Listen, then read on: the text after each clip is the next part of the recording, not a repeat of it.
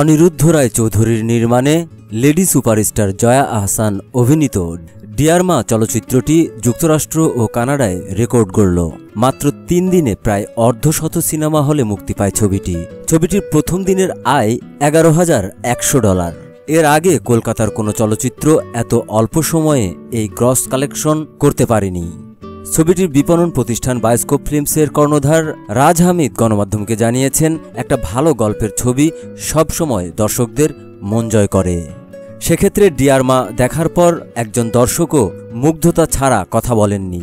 এটাই অনিরুদ্ধ রায়ের ছবির সবচেয়ে বড় বৈশিষ্ট্য। আর আমি মনে করি বাংলা ভাষার যে কোনো চলচ্চিত্রের সাফল্য মানে বাংলা নিয়ে কাজ করা প্রতিটি শিল্পীর জয়। ছবিটি সম্পর্কে জয়া আহসান বলেন, অনিরুদ্ধ রায় চৌধুরী আসলে সম্পর্কের গল্প বলতে ভালোবাসেন, তাই তার মুভিগুলো পারিবারিক ও মনস্তাত্ত্বিক। ছবিটি প্রথম সপ্তাহে অর্ধশত সিনেমা হলে মুক্তি পেলেও পরের সপ্তাহে এই সংখ্যাটা আরও বাড়বে বলে বায়োস্কোপ ফিল্মস জানায়। বর্তমানে নির্মাতা অনিরুদ্ধ ও ছবিটির প্রযোজক ইন্দ্রাণী মুখার্জি ডিয়ার মা ছবিটির আন্তর্জাতিক মুক্তি উপলক্ষে যুক্তরাষ্ট্রে একাধিক স্টেটে ছবিটির প্রচারণায় অংশ নিচ্ছেন।